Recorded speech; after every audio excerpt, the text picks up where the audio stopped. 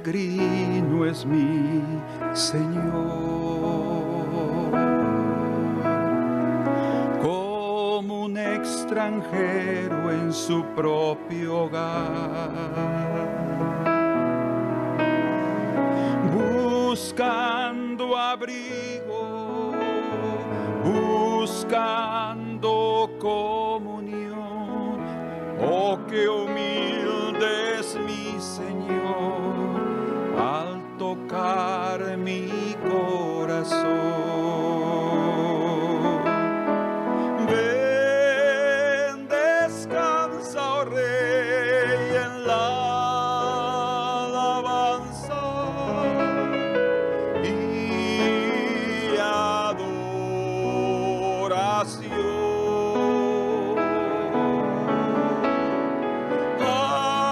Acepta mi clamor, quédate aquí, viajante ya no serás, mi corazón es tu lugar, peregrino,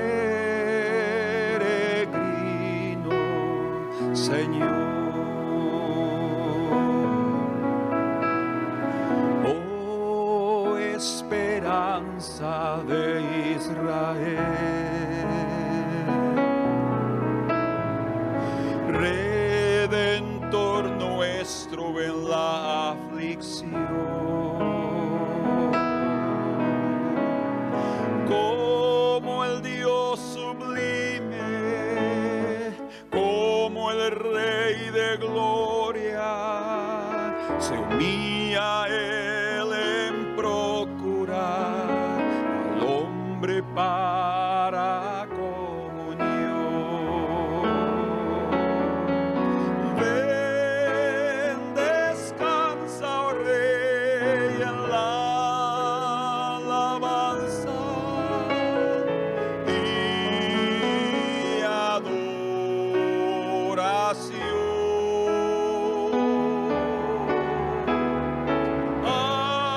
Acepta mi clamor, quédate aquí, viajante ya no serás, mi corazón es tu lugar, peregrino, Señor. Ven, descansa, oh Rey, en la alabanza y adoración.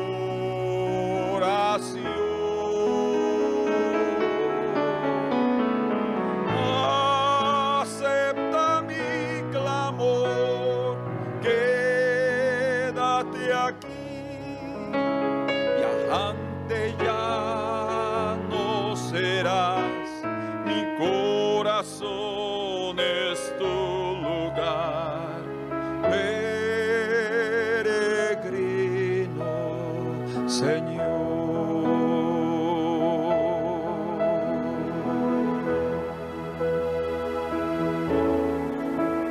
¿Quién soy yo para que tengas misericordia de mí?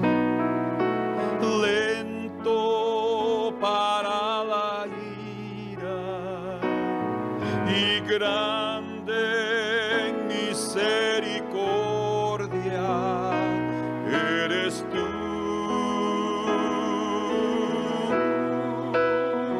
Eres el Dios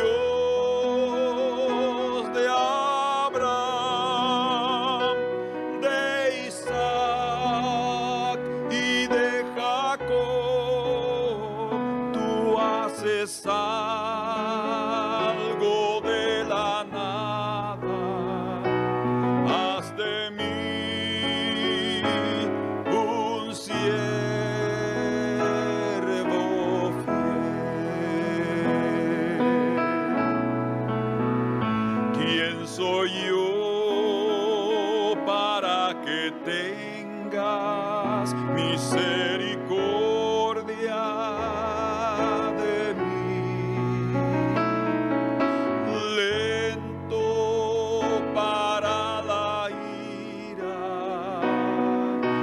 grande misericordia eres tú.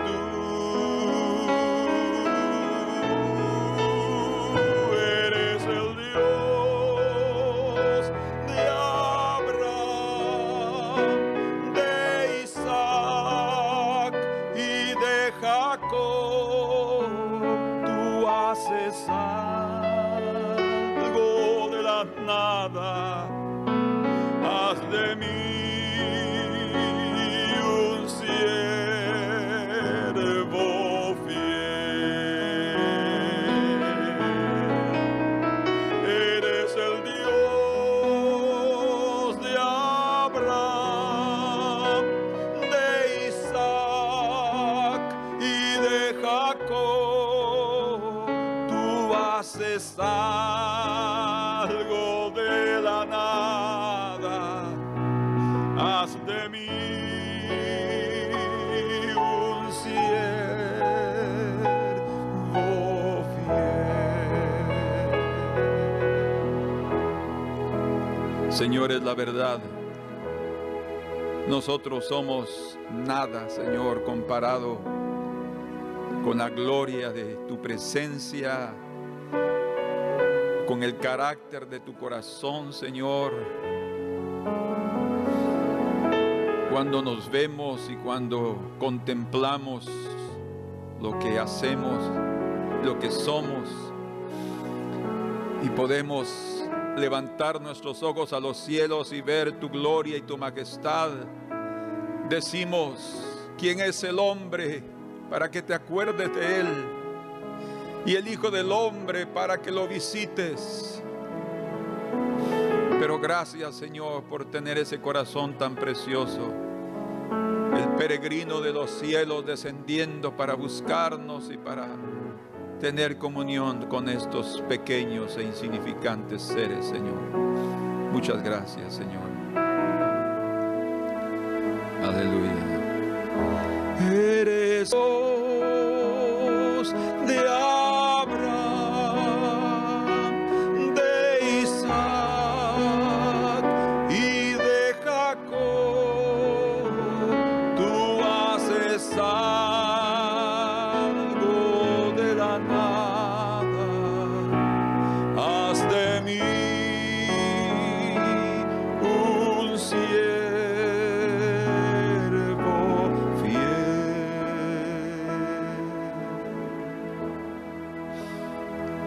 Amén.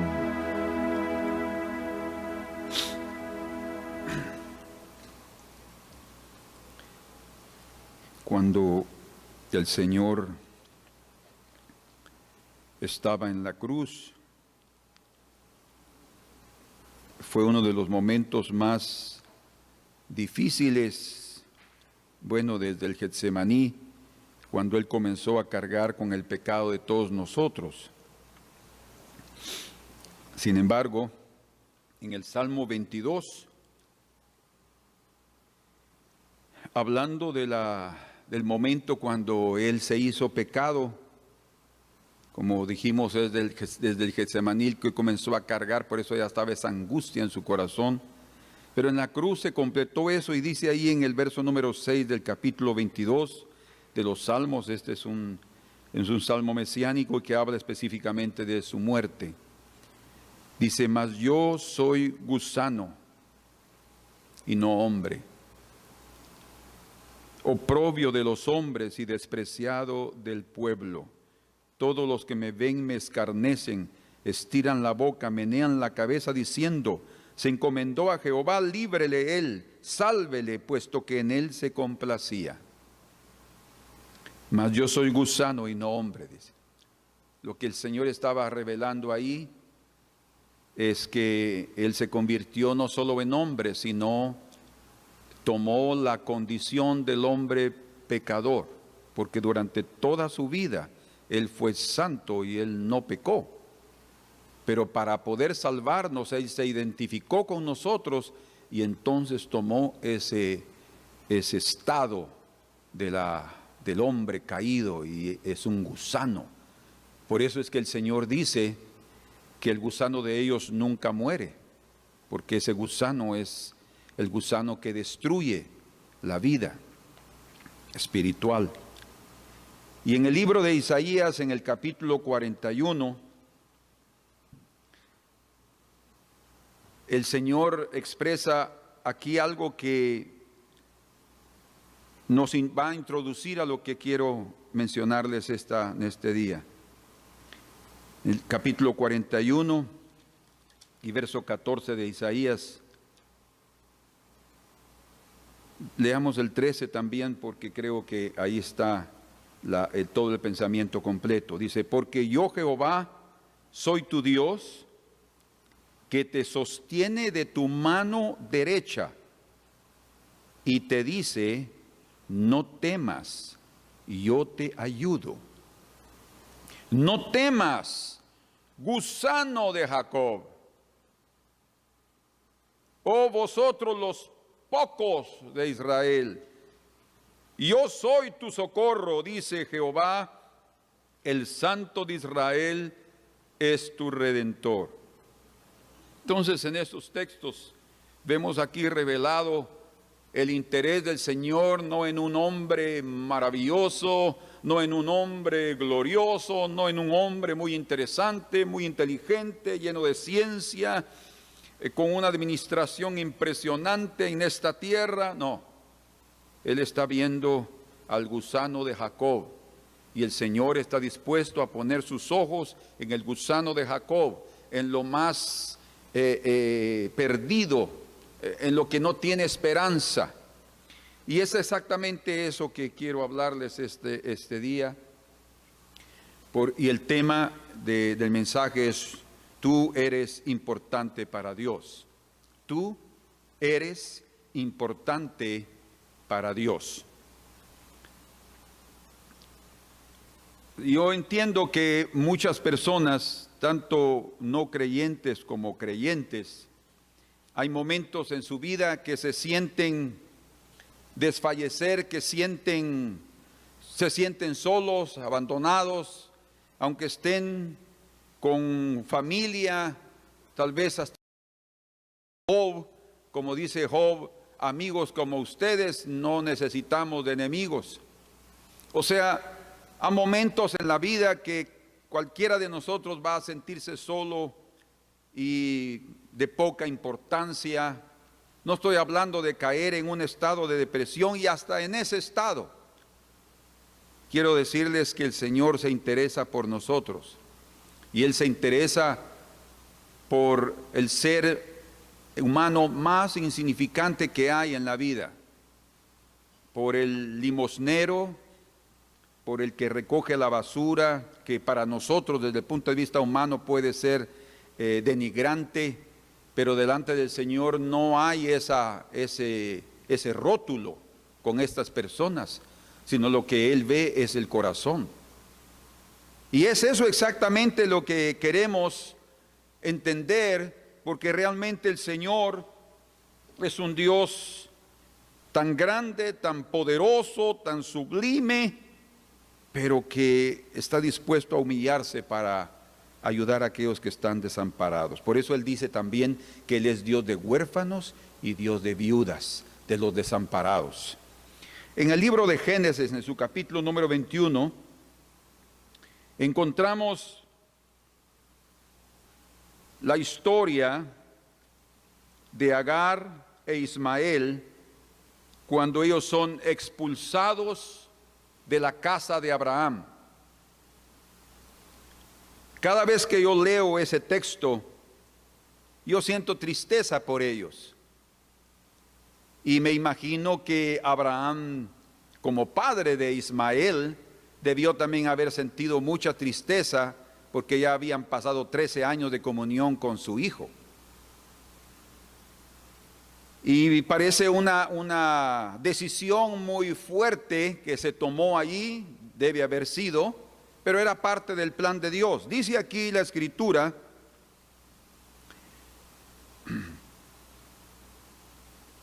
verso 8, 21:8, y creció el niño y fue destetado, Isaac, e hizo Abraham gran banquete el día que fue destetado.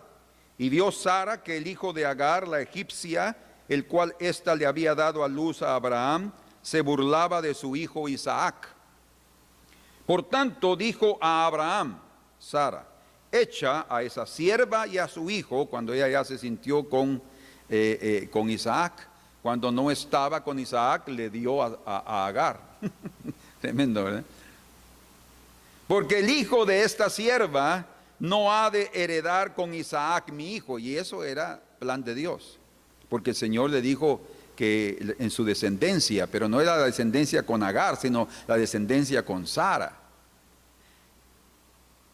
Verso 11, este dicho pareció grave en gran manera a Abraham a causa de su hijo. Entonces dijo Dios a Abraham, no te parezca grave a causa del muchacho y de su sierva. El llamamiento de Dios es para Abraham, para Sara y para su descendencia a través de estas dos personas. Sin embargo, el hijo que nació, que vino por la falta de desobediencia, o mejor dicho, la desobediencia, la falta de obediencia de Abraham de esperar el momento oportuno, tampoco estaba siendo abandonado o descuidado o menospreciado por el Señor. Por eso dice aquí, no te parezca grave a causa del muchacho y de tu sierva. En todo lo que te dijere Sara, oye su voz. O sea, tú tienes que hacer eso, pero yo, en otras palabras, yo me voy a encargar de ellos. El llamamiento era para Abraham y su familia, pero Dios también se encargó de esta otra familia. No los abandonó. Todo lo que te dijere Sara, oye su voz, porque en Isaac te será llamada descendencia. Y también le dijo, del hijo de la sierva haré una nación, porque es tu descendencia. Yo te considero, Abraham. Imagínense qué preciosas esas palabras que deben haber consolado a Abraham cuando dice, porque es tu descendencia, yo también haré una gran nación. Entonces sucedió que Abraham se levantó muy de mañana, verso 14, poniendo todo sobre su hombro, agua, un odre de agua lo puso sobre el hombro de Agar y le entregó el muchacho y la despidió. Y ella salió y anduvo errante por el desierto de Berseba. Eso no significa que después de unas 2-3 horas, no, tal vez un día, 2 días, 3 días, llevaba un poco de comida y el odre que llevaba, y le faltó el agua del odre porque en el desierto lo más importante no es la comida, es el agua. Y echó al muchacho debajo de un arbusto y se fue y se sentó enfrente a distancia de un tiro de arco, una separación considerable, porque decía, fíjense lo que ella decía, no veré cuando el muchacho muera. O sea, ella prácticamente estaba consciente de que iban a morir en el desierto. Ella no estaba viendo ninguna esperanza. De hecho, no estaba esperando una intervención de Dios, porque para ella, para Agar, Abraham era el importante, Sara era la importante e Isaac era el importante, no ella ni Ismael.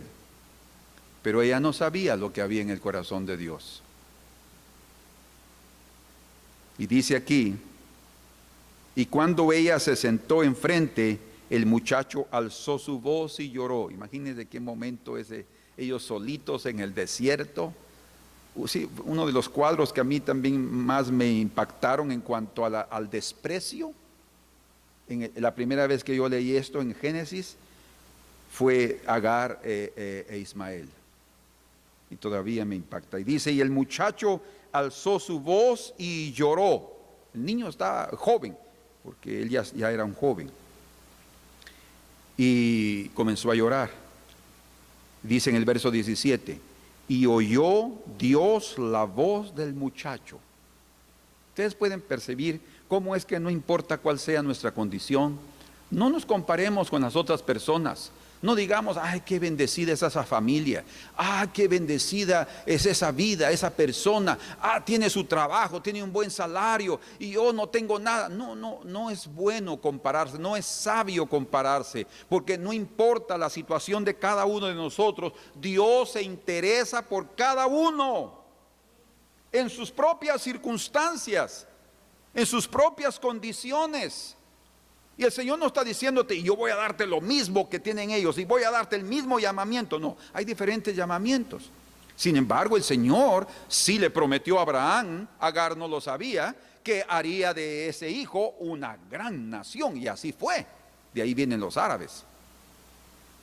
Una gran nación, que yo estoy seguro que se van a convertir al Señor.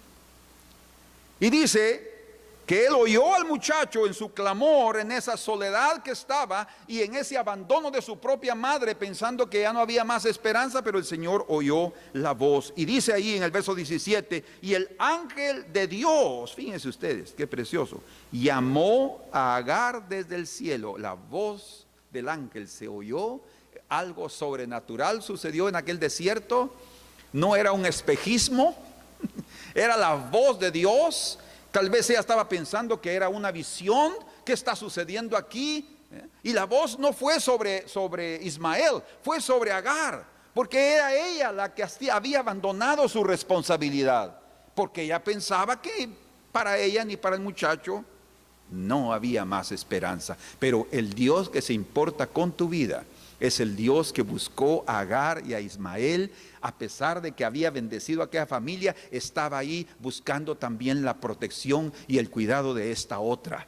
Y dice aquí, y le dijo, ¿qué tienes, Agar? No temas, porque Dios ha oído la voz del muchacho en donde está. Dios ha oído la voz del muchacho en aquel arbusto donde tú lo dejaste. Tú lo abandonaste pensando que se va a morir, pero Dios ya lo vio ahí. Dios no lo abandonó. Dios está ahí para cuidarlo. Dios está ahí para levantarlo. Y en medio de aquel desierto donde realmente no hay ninguna esperanza, dice aquí la escritura, verso 18, levántate, alza al muchacho y sosténlo con tu mano, porque yo haré de él una gran nación. Qué tremendo. Entonces ahí, hasta en aquel momento crítico, Dios le reveló a Agar lo que iba a hacer. Entonces ella ya no se sintió menospreciada. Ustedes pueden ver qué precioso es esto. Hay un momento en los cuales podemos sentirnos así menospreciados por los hombres, pero no por Dios. Pero tenemos que aprender a ser pacientes en esperar el tiempo del Señor, cuando su palabra va a venir a nosotros y va a levantarnos el corazón, va a hablarnos al corazón y nos va a consolar. Y dice en el verso 19, entonces Dios le abrió los ojos. Qué tremendo eso. Dios le abrió los ojos. Quiere decir que la provisión estaba allí, pero por su angustia y por su tribulación no la podía ver. Y así somos la mayoría de nosotros. Cuando estamos con serios problemas, se ofuscan nuestros pensamientos, se turban nuestros pensamientos, y lo único que hacemos es pelear con todos. Lo único que hacemos es sentirnos mal, lo único que hacemos es llorar, lo único que hacemos es pensar que no le importamos al Señor, pero eso no es cierto. Dios importa contigo. Dios se interesa por ti. Dios está en busca. Tú eres importante para el Señor. Dice que Dios le abrió los ojos y entonces vio una fuente de agua y fue y llenó el odre. Estaba vacío, pero llenó el odre de agua y dio de beber al muchacho. Y dice, y Dios estaba con el muchacho.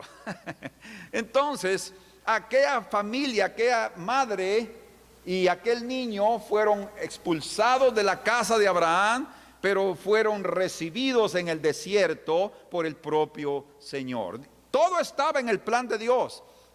Y aún pasar en aquel momento difícil. Y es realmente en los momentos difíciles cuando nosotros podemos ver que Dios se interesa por nosotros. Cuando nosotros estamos bien, nosotros somos los que no nos interesamos por Dios. Pero cuando estamos mal, entonces podríamos decir, ahora sí Dios me va a pagar con la misma moneda. No, Él te busca. ¿Por qué? Porque tú eres importante para el Señor.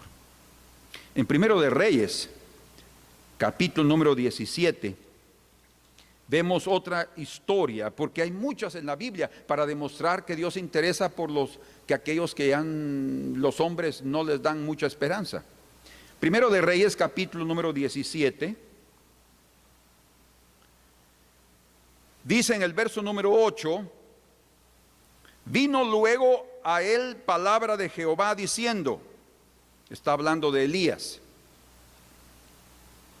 Levántate y vete a Sarepta de Sidón y mora allí. Eso significa que él iba a pasar un buen tiempo en aquel lugar. No iba a ser unos días, un mes, 2 meses, no. Fue un buen tiempo porque le dijo, mora allí. Y dice el Señor a Elías, al profeta, le habló y le dijo, he aquí, yo he dado la orden allí a una mujer rica para que te sustente. No, ahí dice, y yo le he dado la orden a una mujer viuda que te sustente. Fíjense cómo el Señor buscó a una persona prácticamente sin recursos, porque vamos a ver que así estaba. Ya no había más recursos para sobrevivir en aquella sequía que el propio Elías, digámoslo así, había causado. Era el Señor a través del profeta, ¿verdad? O era Elías habiendo obedecido la orden de Dios de traer una sequía a toda esa región, y Sarepta también no se había escapado. O sea, hasta Sidón, hasta Tiro, Fenicia, había llegado toda esa sequía, era terrible. Había llegado a los territorios del padre de Jezabel, la esposa de Acab. Hasta ahí había llegado esa sequía. Estaba tratando también con aquellos que habían traído la idolatría a Israel. Y entonces él lo mandó a Sarepta, exactamente el reducto, el territorio donde vivía el padre de Jezabel. O sea, él lo mandó a esconderse ahí mismo. Qué impresionante, ¿eh? Y le dijo, yo ya he dado la orden. No se olviden de esto, porque en qué momento y en qué circunstancias esta mujer recibió esa orden. Ahora, por otro lado, bien dice el Señor en el libro, en Mateo, el Señor hablando sobre Elías y Eliseo también, que hablando de Elías dice que muchas viudas habían en Israel en los días de Elías, pero él fue enviado a una viuda de Sarepta de Sidón. ¿Será que Dios no se importaba con aquellas viudas? No, de alguna manera él había ayudado, pero su pueblo también estaba siendo tratado porque habían caído en apostasía. Pero también el Señor mira a todas partes del mundo y él ve a una persona por ahí que está con un corazón pero quebrantado, y él también se quebranta y él busca a esa persona y dijo, esta viuda necesita la ayuda o mi ayuda, y vamos a mandar al profeta Elías para allá. Y él le dio. Entonces dice, verso 10, él se levantó, Elías, y se fue a Sarepta, caminó un buen trecho, y cuando llegó a la puerta de la ciudad, como cuando Eleazar, el siervo de Abraham, llegó a Padán Aram, y se encontró con Rebeca, que también iba a la fuente aquí, y él llega a la puerta de la ciudad, a un lugar propicio, importante. Y dice, y he aquí una mujer viuda. Fíjense ustedes, está registrado aquí, tal vez en aquel momento Elías no sabía, o tal vez había una vestimenta que identificaba a las viudas, tal vez. He aquí una mujer viuda que estaba allí recogiendo leña. Fíjense lo que estaba haciendo, ella estaba trabajando. Pero Elías no sabía todo su contexto, pero ella estaba recogiendo leña para ir a cocinar su última comida. Dios se interesa aún por aquellos que están viviendo, según su perspectiva, el último momento de su vida. Y tal vez vale la pena considerar un pensamiento que dijo Carlos Spurgeon. Él dijo, si tú crees que Dios ya terminó de trabajar contigo, solo piensa si todavía estás vivo. Y si todavía estás vivo, es porque Él no ha terminado de trabajar contigo. Y es porque tú aún tienes que hacer algo en esta vida. Entonces, si aún estás vivo, Dios quiere continuar trabajando contigo. No solo en tu propia vida, sino usar tu vida como un vaso para bendición para otros. Entonces, en cuanto estamos vivos, aprovechemos la oportunidad, entreguémonos para servir al Señor, porque todos somos siervos del Señor. No importa nuestra condición, pobre, humilde, sin dinero, no importa. El Señor está interesado aún en la persona más insignificante de esta tierra, como esta viuda. Y dice que ahí estaba ella recogiendo esa leña, y él la llamó Elías en el verso 10 en medio, y le dijo: te ruego que me traigas un poco de agua en un vaso para que beba. Y esta mujer dice, yendo ella para traerse, ella oyó, dejó ahí la leña probablemente, y comenzó a caminar para donde podía encontrar agua, y era bastante difícil, pero ella no se quejó. Dijo: aunque sea lo poco que yo tengo ahí, le voy a dar a este hombre, porque era una mujer de un buen corazón, no hay duda. Y dice, y yendo ella para traérsela, él la volvió a llamar y le dijo: mujer, te ruego que me traigas también un bocado de pan en tu mano. ¿Sí? ¿Un atrevimiento del profeta? No, una orden del Señor. Y miren ahorita las circunstancias, porque esta mujer, cuando se vio confrontada con su realidad, tuvo miedo.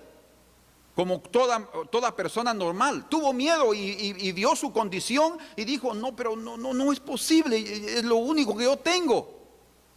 Por eso cuando el Señor dice: si a alguien te quita tu capa, ni aun la túnica le niegues. ¿Por qué razón? No es para que te quedes sin nada, es porque el Señor te va a proveer algo más. Nunca el Señor va a quitarnos algo si Él no tiene preparado la provisión mayor para darnos. Por eso dice aquí, y dice en el verso número 12: y ella respondió: vive Jehová tu Dios, que no tengo pan cocido, o sea, no tengo nada preparado. Una mujer muy especial, iba a ir a traer agua y ahora no está negándose totalmente, y le dijo pues que todavía no tenía nada preparado. Solamente un puñado de harina tengo en la tinaja y un poco de aceite en una vasija. Y ahora recogía 2 leños que él vio para entrar y prepararlo para mí y para mi hijo, para que lo comamos y nos dejemos morir. Para que lo comamos y esperemos el día de nuestra muerte. Probablemente hay personas que sí, en muchas épocas de la historia humana, han tenido que vivir estas circunstancias cuando realmente la comida escasea por completo. Cuando no hay nada más que comer ni beber.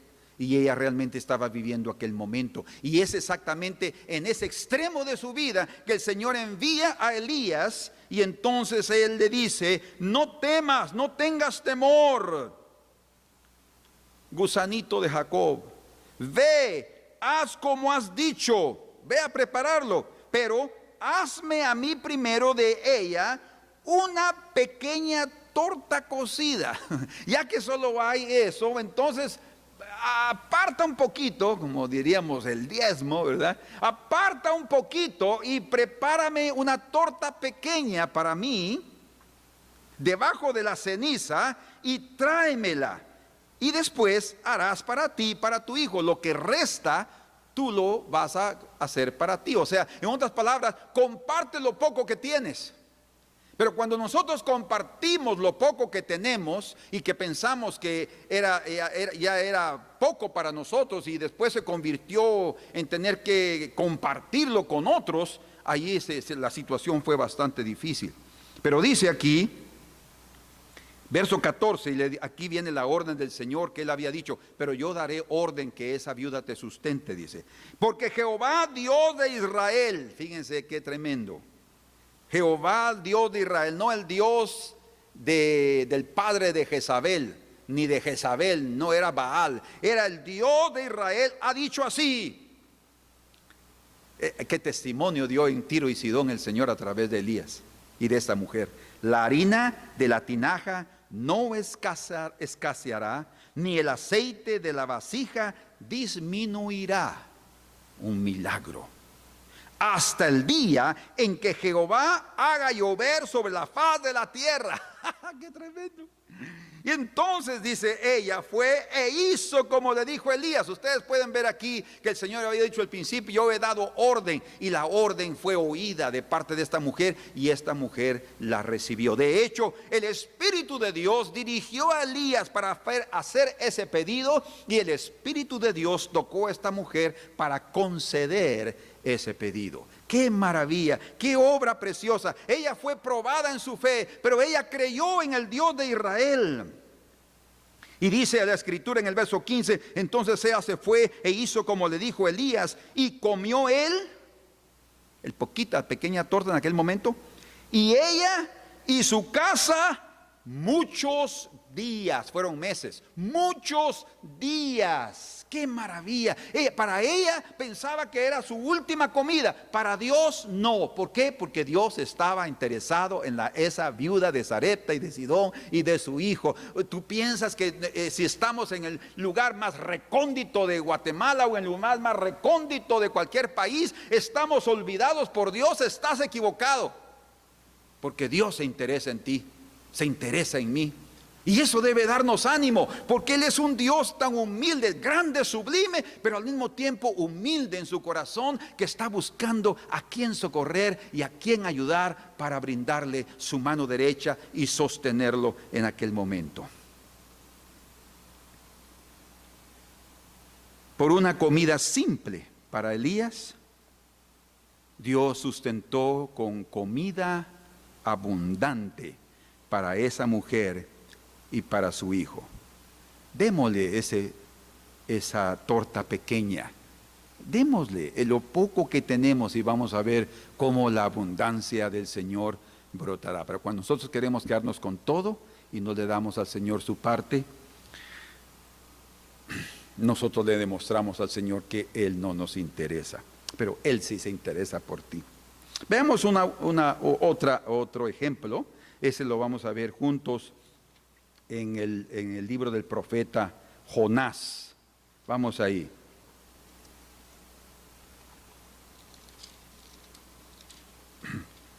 En el libro de Jonás, nosotros sabemos la historia del profeta Jonás, de cómo él fue desobediente a la orden del Señor de ir y predicar en Nínive.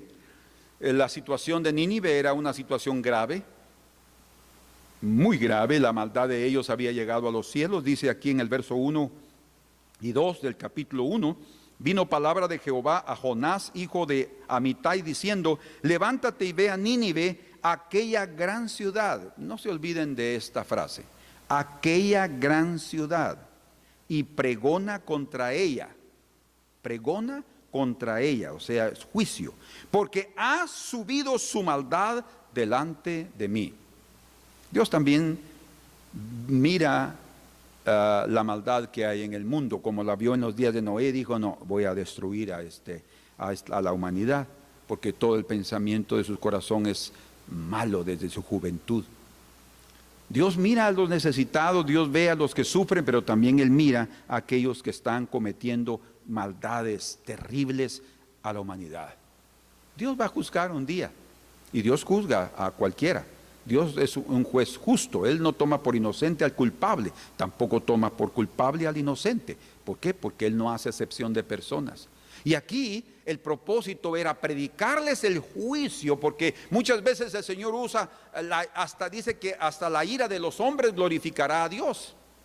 ¿Por qué? Porque eso puede provocarlo a que él entre en batalla y muchas cosas pueden suceder. Pero en este momento Dios iba a derramar su ira sobre esta ciudad por la maldad que había. Pero escuchen, hermanos, no era una cuestión solo de una arbitrariedad divina de derramar ese juicio, sino sabemos, según el contexto del libro de Jonás, que el propósito de Dios era tocar el corazón de los ninivitas, tocarlo.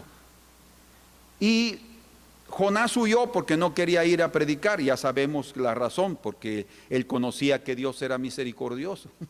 Quiere decir que desde el principio, cuando dijo, ve y va a predicar a Nínive, esta gran ciudad, y diles que van a ser destruidos, no, yo no voy. O sea, en lugar de ver el juicio de Dios y alegrarse porque sus enemigos serían destruidos, lo primero que Jonás vio fue la misericordia de Dios. En fin, él huyó. Dios preparó el viento, Dios preparó un barco, Dios preparó el pez, y entonces Jonás tuvo que ir de nuevo a la ciudad. Dice aquí en el capítulo número 3, verso 1, vino palabra de Jehová por segunda vez a Jonás diciendo, levántate, porque no te vas a escapar, y ve a Nínive, aquella gran ciudad, segunda vez, y proclama en ella el mensaje que yo te diré. Y entonces levantó Jonás y fue a Nínive conforme a la palabra de Jehová. Y aquí hay un detalle importante. Y era Nínive ciudad grande en extremo, de 3 días de camino. Dice aquí, ciudad grande en extremo.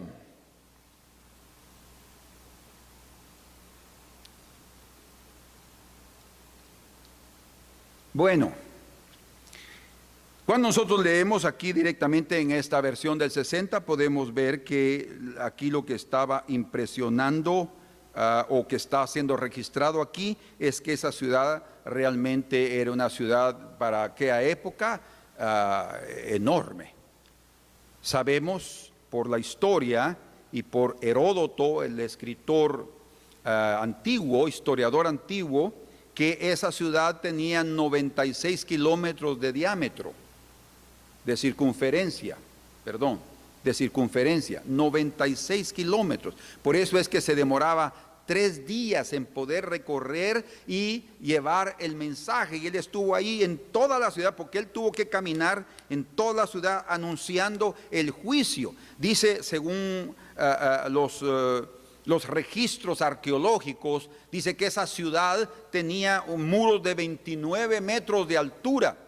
Y el ancho de los muros era tan grande que 3 carros de guerra podían pasar corriendo sobre los muros. En todo el muro alrededor de 29 metros de altura tenía 1500 torres bien elevadas. Imagínense que ahí habían soldados para cuidar. Dentro de la ciudad había un sistema de drenaje impresionante. Había huertos, ahí sembraban todo lo que podía suceder afuera. No les importaba, ellos podían sobrevivir. Es una gran ciudad, pero el Señor no estaba interesado en la urbanidad, ni estaba interesado en la tecnología, ni estaba interesado en los grandes muros, ni en las altas torres que esta ciudad tenía. Aquí, en este versículo, dice aquí en la Biblia textual, quiero leerles aquí la Biblia textual, en Jonás capítulo 3, y en el versículo 3. Y se levantó Jonás y fue a Nínive conforme a la palabra de Jehová. Y era Nínive una ciudad grande delante de Elohim.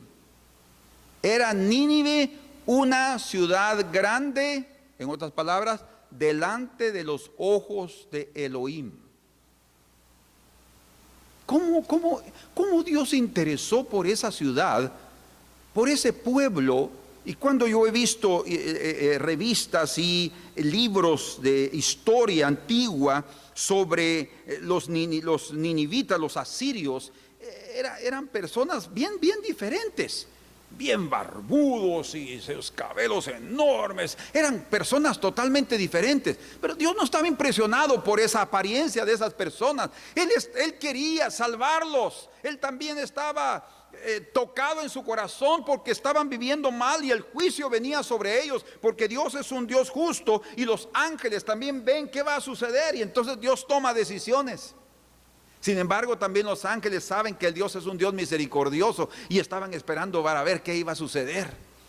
Entonces lo que está diciendo aquí es que la ciudad de Nínive, a pesar de ser una ciudad perdida, escuchen, los ojos del Señor estaban sobre esa ciudad y Él estaba interesado, Él estaba con un corazón volteado hacia aquella ciudad. En este momento yo también estoy recordándome del endemoniado Gadareno.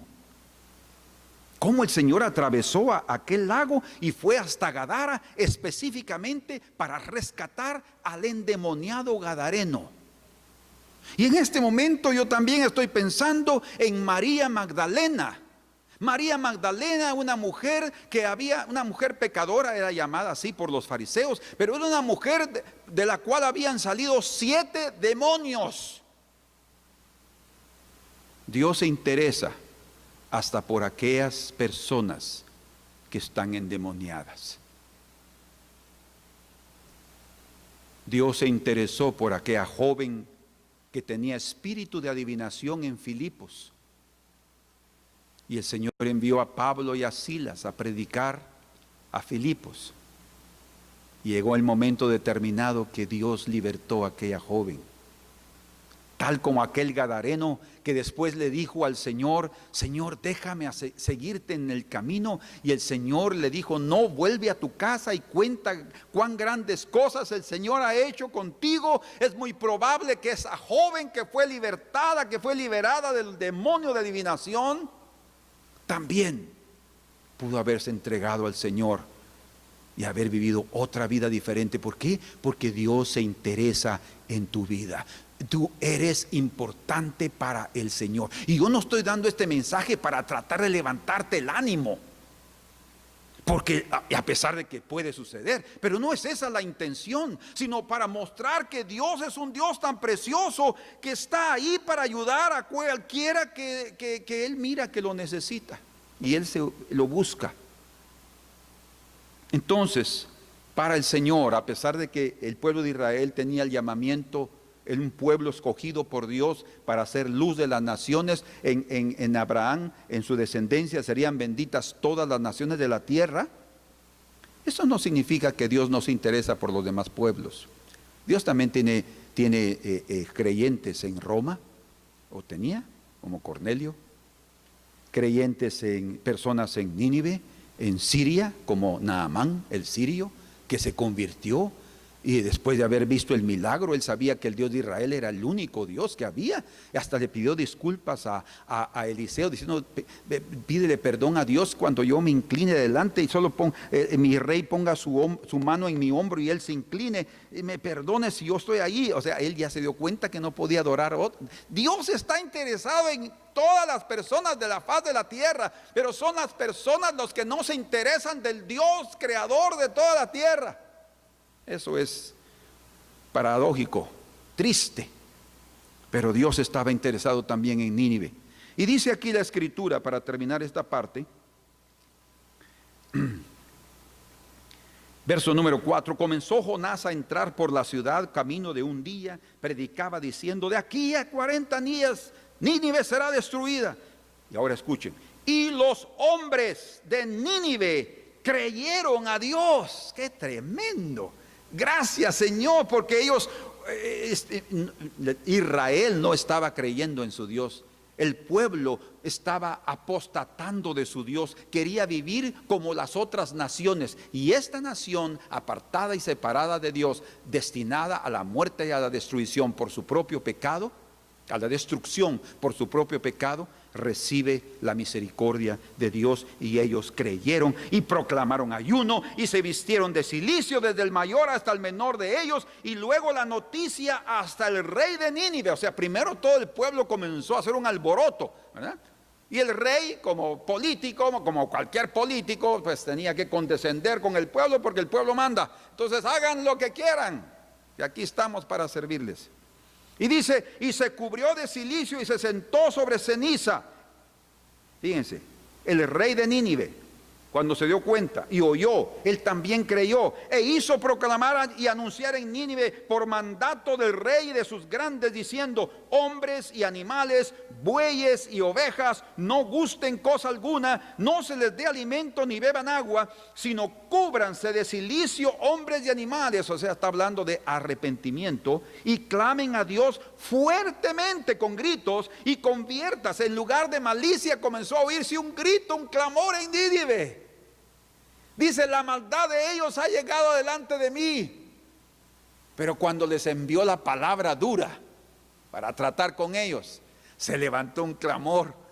Qué misericordioso es el Señor, sus tratos misteriosos. Se levantó un clamor y comenzaron a clamar, a gritar. Dice: y conviértase cada uno de su mal camino, dijo el rey, de la rapiña que hay en sus manos. Qué codicia la que había ahí, qué inmoralidad que había en esa ciudad. Pero Dios estaba interesado en salvarla. Como le dijo a Abraham: si hay 10 justos, yo no destruyo a Sodoma y Gomorra. ¿Quién sabe, dice el rey, si se volverá Dios, el Dios de Israel, no el Dios de Nínive, y se arrepentirá Dios? o sea, sentirá dolor, y se apartará del ardor de su ira, y no perecemos, y no pereceremos. Y dice en el verso 10, y vio Dios lo que hicieron. ¿Se dan cuenta que Dios mira todo? Usted dirá, ya lo sabía, hermano. Ah, sí, pero cuando estamos en momentos difíciles no nos damos cuenta que Dios nos está viendo. Cuando estamos fallando, a veces no mucho nos importa y no nos damos cuenta que Dios también nos está viendo. Dice que Dios lo vio lo que hicieron, y se convirtieron de su mal camino. Y dice, y se arrepintió del mal que había dicho que les haría, y no lo hizo. Qué tremendo el Señor. Salvó a los de Nínive. O sea, el propósito de llevar esa palabra dura era salvarlos, era conducirlos al arrepentimiento, y ellos se arrepintieron. Dios estaba feliz, toda la ciudad estaba feliz, pero el único infeliz era Jonás, porque él hubiera querido que esa ciudad fuera destruida, porque eran los enemigos, los carrascos que serían usados para destruir a Israel más adelante.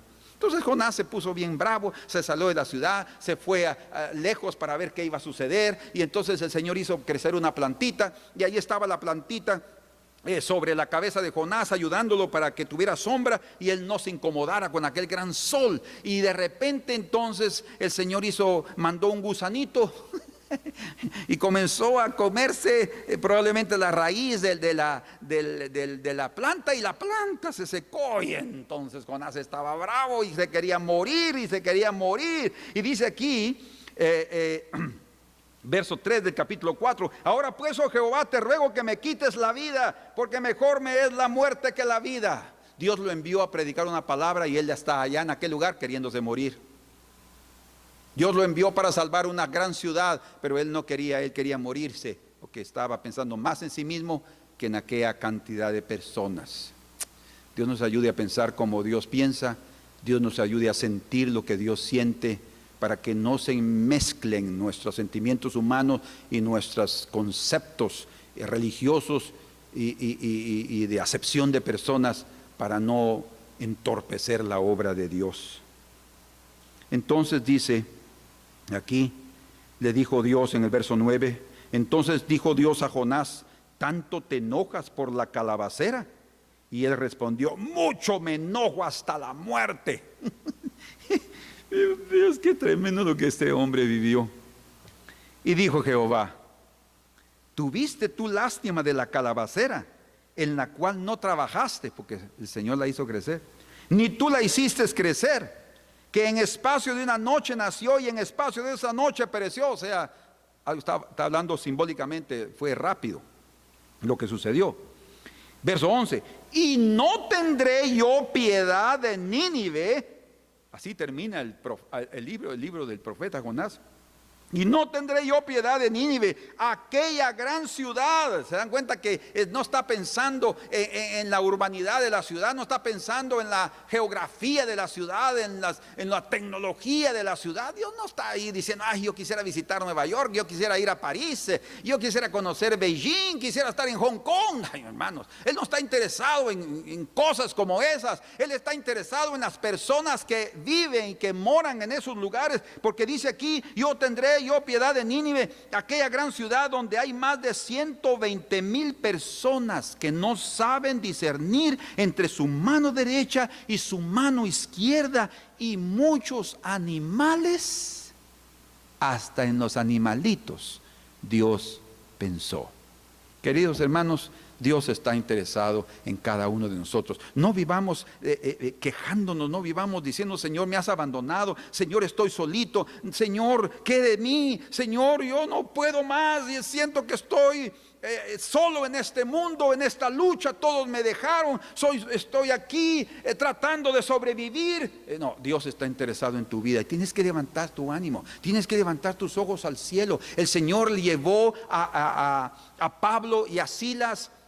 Ellos iban a pregar para Bitinia, a Asia Menor, y el Señor les dijo, ustedes no predican allí, se van a predicar a Macedonia. Y ellos se van a Macedonia, estando conscientes que el Señor quería llevarlos allá, porque ellos vieron una visión, dice, en que había un hombre macedonio levantando las manos, pidiendo ayuda, y Dios vio al hombre macedonio. Pablo y Silas no lo estaban viendo. Dios sí, Dios estaba interesado en aquel hombre macedonio y entonces los envió allá para predicar, y tuvo que suceder varias cosas. La liberación de una joven poseída por un espíritu de adivinación, tuvo que suceder un juicio injusto en contra de ellos y les dieron varazos en las espaldas, en la espalda de ambos, y luego fueron llevados a la cárcel hasta encontrarse con aquel que estaba allí clamando solito en una prisión diciendo: Señor, ¿será que tú te interesas por este carcelero? Dios también se interesa por un carcelero. Dios se interesa por cada hombre que hay sobre la faz de la tierra. Amén. Tú eres importante para Dios.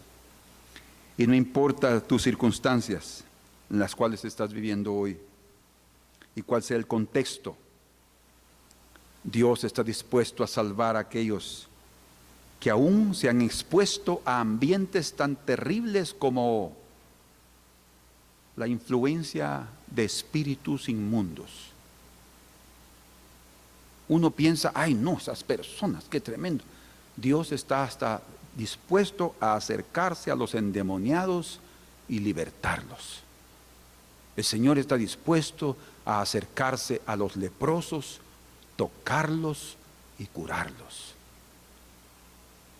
Dios está dispuesto aún a acercarse a ciudades como Nínive, llenas de inmoralidad, llenas de pecado, para salvarlos.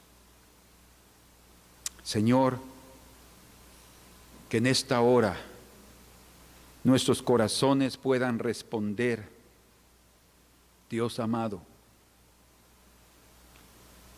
al toque de tu presencia, Señor, y que en lo más profundo de nuestro corazón nos demos cuenta que nosotros te importamos mucho, Señor, y que en lugar de estar tocando nuestros sentimientos y emociones, podamos tocar nuestro espíritu y humillarnos delante de ti y decirte: Señor, estoy consciente de tu misericordia, estoy consciente de tu benignidad, estoy consciente de tu provisión, estoy consciente de tu liberación, estoy consciente de tu cura, estoy consciente de tu presencia, Señor.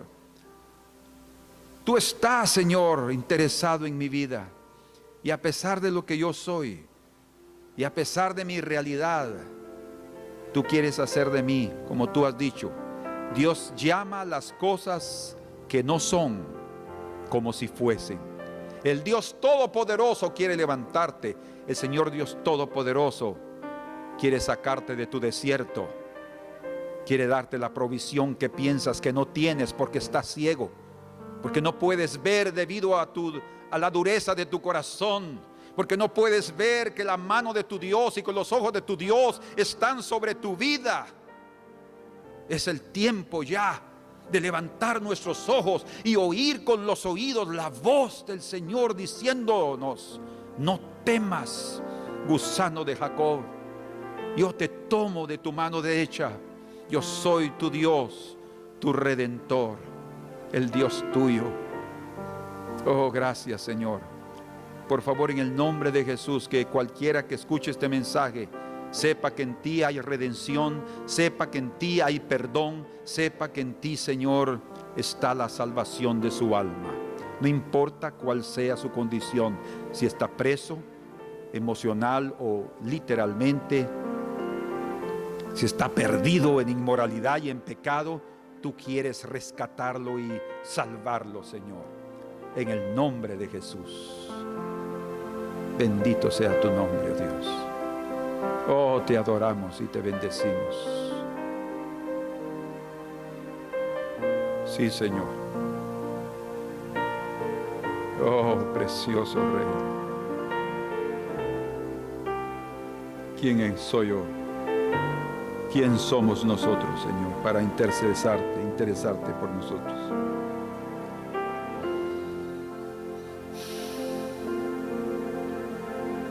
¿Quién soy yo para que tengas misericordia de mí?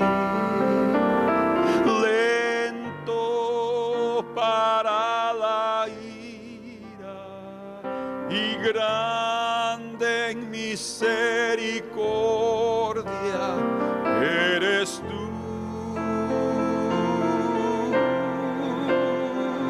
Eres el Dios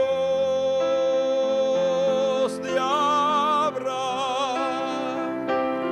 de Isaac y de Jacob. Tú haces algo de la nada. Haz de mí un siervo fiel. Eres el Dios de Abraham,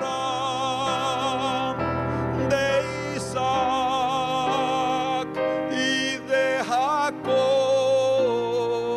Tú haces algo de la nada. Haz de mí un siervo fiel. Señor, saca a ese hombre de su condición. Señor, liberta a esa mujer de su condición. Salva a aquel hombre joven que está llorando en su realidad, en su momento sin esperanza, sin ningún valor en su vida, se sintiendo despreciado hasta por su familia. Sálvalo, rescátalo, Señor, para la gloria de tu nombre, y que vea que tú te importas con él, con ella. Señor, gracias por lo que eres, Señor. Bendito sea tu nombre. Oh, bendito sea, Señor. Tú haces algo de la nada. Haz de mí un siervo fiel. Amén. Y eso es lo que Dios quiere hacer con tu vida y con mi vida. Y que en medio de la fidelidad podamos decir: somos lo que somos por la misericordia de Dios. Él nos levantó, Él nos encontró en el momento más difícil que vivimos, y siempre está ahí con su mano extendida para socorrernos. Amén. Que el Señor los bendiga.